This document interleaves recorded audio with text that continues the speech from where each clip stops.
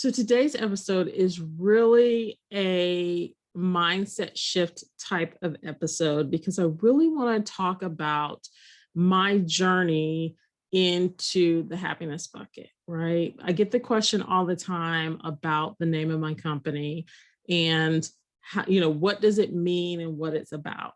And so I thought I would take some time today and really talk to you not only about what the happiness bucket is all about, but what my journey was to getting there. Okay. So, first off, let's just address what is the happiness bucket. So, the happiness bucket is you. You are the bucket. And so, the goal is for you to really focus on things that truly at the root of you makes you happy. Now, this is not a frou-frou, warm and fuzzy feeling of happiness. This is truly at the root, things that make you happy, and really focusing your attention on that. And really, first of all, identifying what that is, but then focusing your attention on that. And as you begin to do those things and focus your time and energy on those things, your happiness bucket begins to fill up.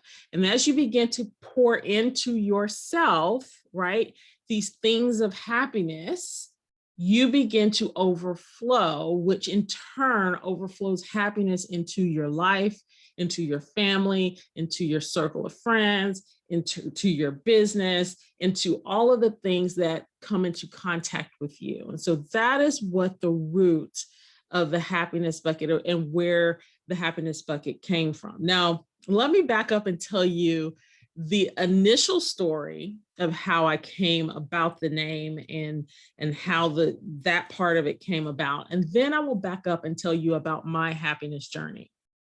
So the happiness bucket name, it actually came about because one year, myself, several young ladies, about 4 young ladies were all together. We were just hanging out one day, and all of the ladies that were there were younger than me, at least by, I would say, 10 years. I'd say about eight or more years younger than me. And so we were talking, and one of the ladies asked me, you've got it all together, and, everything about you, like, I look up to you, and how do you do it? And so they were asking me all these questions about my success. And at the time, I had my master's, I owned my own home, I was single, I was independent, and had a good job. And so that was their idea of got it all together, right? And so outwardly, I did look like I had it all together, but truthfully, on the inside, I was truthfully inside prior to this conversation, I was a mess.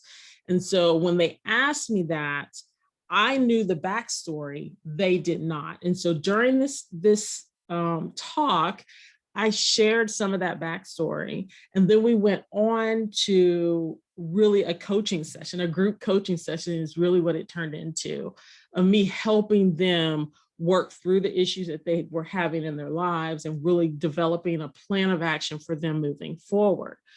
And so one of the things that at the time, and I can't think, I'm going to say Elle because I can't remember the actual character's true name, but Legally Blonde. And this was the episode where I believe she goes to DC and she has her assistants, or I don't even know what they're called. Anyway, she had the people who were working with her in her office, and they were all sad or upset about something. And so she pulled out the little happiness, I think there were happiness notes or something like that. Anyway, that scene, right, is the scene that really spearheaded the idea of the happiness bucket, because what they did is they put nice notes or nice comments about each person in this bucket. And so when they pulled it out, they read it and it made the person feel good. And so I was like, listen, you need to, everybody write something nice about the other person or what they see in the other person, because we see things in, you that you may not see in yourself. And so we went through the process of doing that, and we created the happiness bucket, right? And it was a bucket of messages that just when you read them brought you joy. Okay. So that's how it was originally born, but it turned into what I explained to you already. And I'm looking for my bucket because, and actually, I'm going to share this with you because one of the ladies, and I've had this for years, gave me this bucket. And for those of you who are listening on audio, I'm actually showing the bucket that one of the young ladies made for me. And this is my little happiness bucket. And I've had it all this time. So anyway, that was what we did that day. And so what happened when we left that day, each young lady had her action plan already developed. And they went off to live their lives, right? We had a crying fest, we had laughing fest, we just had a nice group coaching session. So fast forward, each of the young ladies has made major change in their life. And it was all from them really focusing in on what really made them happy. And so one of the exercises that we did that day that I still do with clients today is we did the happiness exercise. And essentially what the happiness exercise is where you literally, and you can do this exercise right now in the mini form, is to take 5 minutes and write down all the things that make you happy, right? So that's kind of cycle one. Just write down first thing that pops in your mind, everything that makes you happy. After you do that, I want you to look at that, what you wrote down, and I want you to mark out anything that is related or requires someone else, right? So generally, this is what I see when this exercise is done. So usually people say, I want to be married, I want to have children, I want to buy a house, I want a new job, like those things, I want more money. Those are things that typically people write down. And so if you wrote those things down, you would need to mark out getting married. You need to mark out having children, kind of, right? Depends on your age and depends on where you are in your life, because you can have a child without a mate. However, let's pretend like you're not there yet. So we'd mark that off, right? Because all of those require someone else to be a party, to be a part of that situation so that it happens, right? You can want to marry a man or a woman, whatever your situation is, but if that individual does not want to marry you, then that's not going to happen, right? You can't force them to marry you. And so once we go through that second level of eliminating the things that are reliant on somebody else, I want to be the best mom. I want my children to be happy. There were some items on there, and I'll use the want my children to be happy. That will make me happy if my children are happy. So with that one, that's relying on your children being happy. And y'all know how children are. You can't control their happiness. Like, that's not going to happen. But what you can do is say, what do I see as being the characteristics of a good mom? And you can identify what those are. So you may say that I cook 2-3 times a week, or that the house is maintained, or like you could come up with things that are reliant only on you. I will caution you here though, because in a lot of cases specifically with that one, because that is one I see in pretty much every workshop, a lot of the expectations that we put on ourselves are set, like they're unreasonable expectations, especially if you're working full time, especially if you are trying to run a business and maintain your family. Like, being the best mom ever, it is possible, like, to be a good mom. Let's just use that. Let's not say best mom ever, because that just is, let's just not say that. Let's say that you want to be a great mom. Okay, you can be a great mom without killing yourself in the process, right? And trying to do all the things. And so it's really about setting the expectations and really framing it in a way where you realize what is truly that you are able to control. So using the example of, being a great mom, you can say, I want to teach my child how to wash their clothes, or teach them how to maintain, wash the dishes, or whatever the thing is. And it's not just about the chores, it's about arming them with the tools that they need to be great children or great adults as they age up, right? Um, so that's one example. And in one of the workshops we had where this was actually part of the conversation, we really, me and the mom in this particular situation, really focused on the fact that she wasn't really a great cook, and she wanted to be a better cook. That is something she can totally control by herself. It really has nothing to do with anybody else.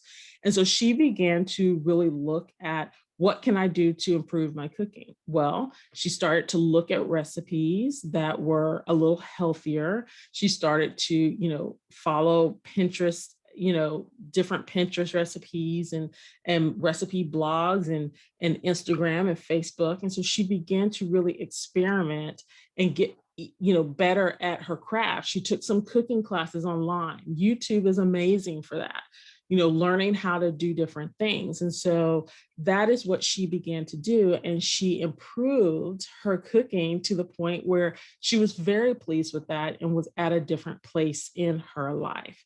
And so that is considered to be like filling your happiness bucket, knowing that you are focused in on improving something that is going to truly bring you joy because it is doing something that you feel is important. For her, cooking healthy meals for her family was important.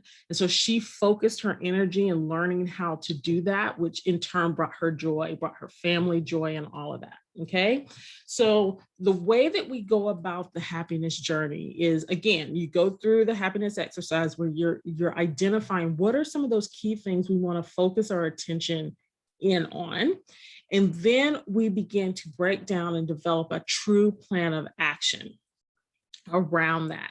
So for those of you who would hire me for, want me to help you with that, you would hire me for one-on-one consultation.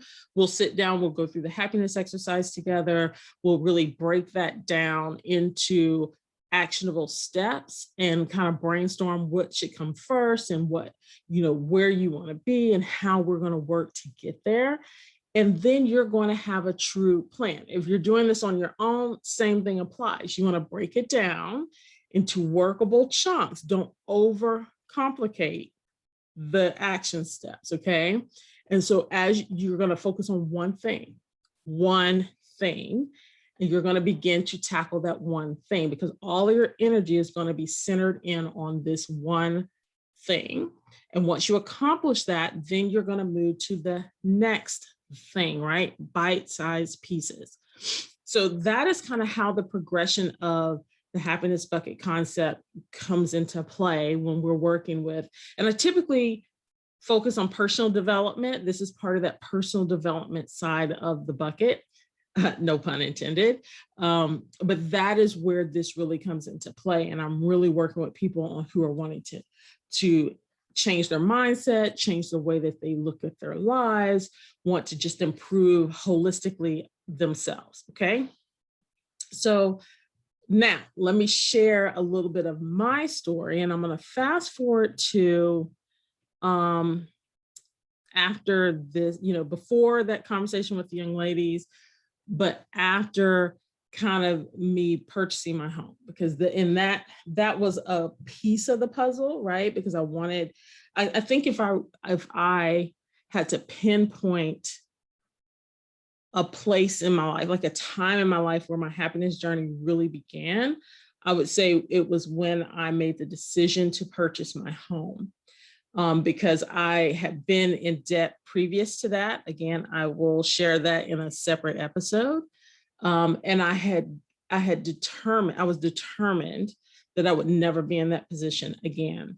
And so I began working towards that goal. And so that was achieved.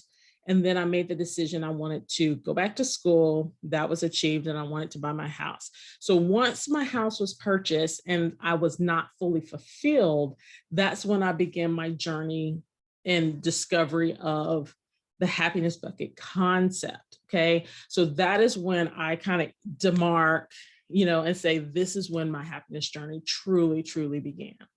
So at this point, I did the happiness exercise. I realized that, some of the things that were really bothering me at the time was that my hair was like right in the center part of my head.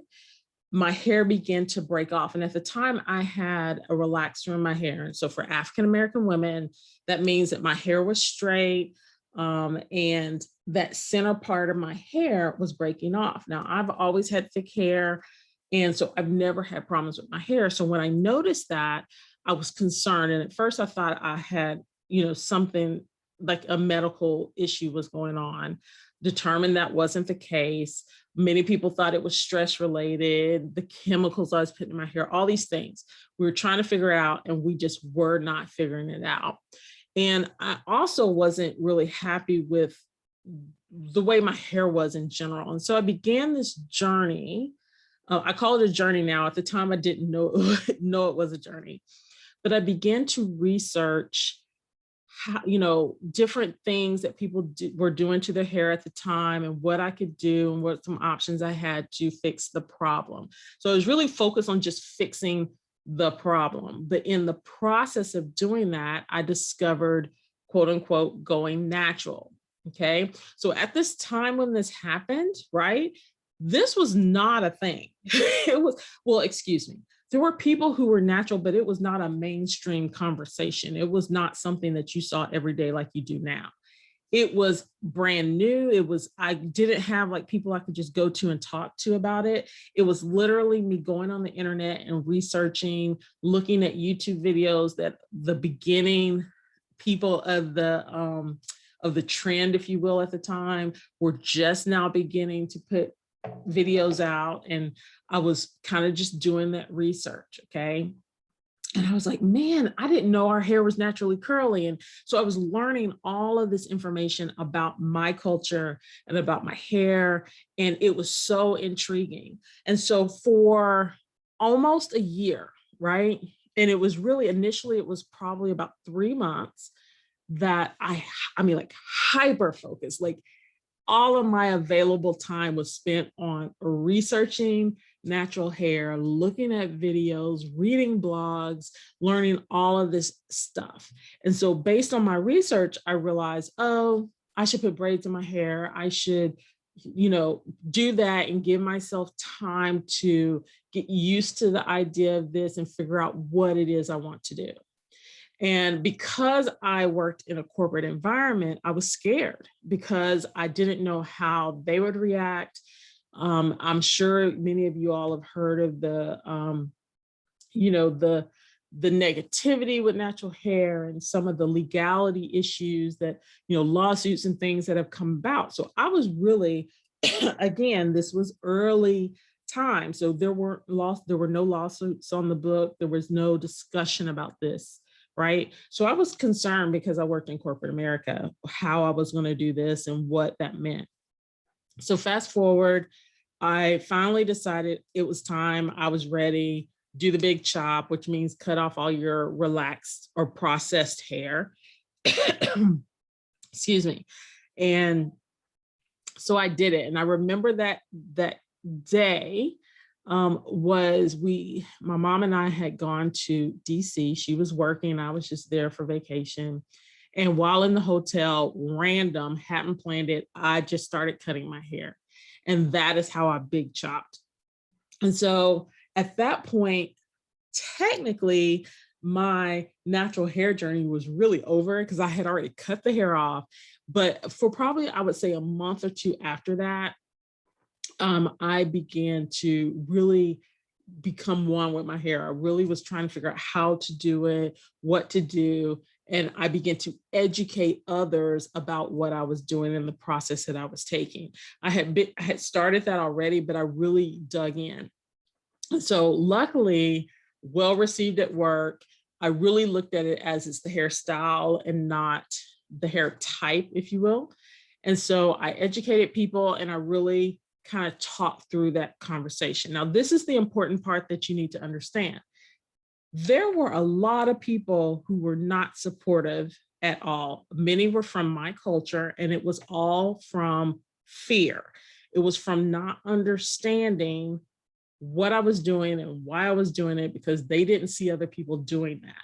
And this is what's going to happen with you in your business, in you making changes to your lifestyle that maybe isn't popular in your culture or in your circle of friends or your family. They just don't understand. And there is a sense of fear that they have that they may basically put over on you, or kind of, and they're not trying to push it on you, but it's just, I have a fear, I'm verbalizing the fear, talking to you. And so therefore I'm giving my fear to you.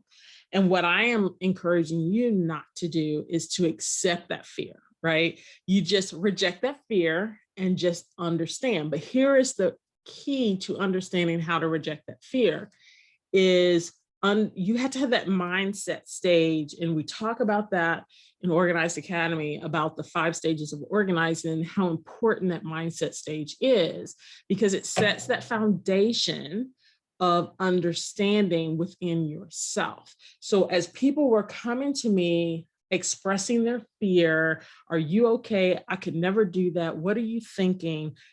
I was able to educate them about what I was thinking, how I could do that. Like I was explaining and educating them. And so cutting that part of the story off, I can tell you, number one, everybody who voiced fear is now natural many, many years later, right? I can tell you they have all come around and realized, seen the light and understand that I'm not crazy. I wasn't crazy. I knew what I was talking about, and it was the greatest thing they ever did. And many of them are like, I can't believe I didn't do this sooner. But that was all about me focusing on my needs and my wants, and beginning to hone in on that. So that was like step one of my journey. And fast forwarding, because each story is probably, this would be like a 20-hour podcast. But the next journey, once that was done, I decided I wanted to run a half marathon. That was probably, I would say, a good year in the making. But I did end up, not because I was training for a year, but because I was working on mindset for about 6 months. And then I began half training. Okay. Look, transparency, for about 2 months. And then 4 months, I truly, truly trained. And it was really about trying to accomplish a goal that I had set for myself.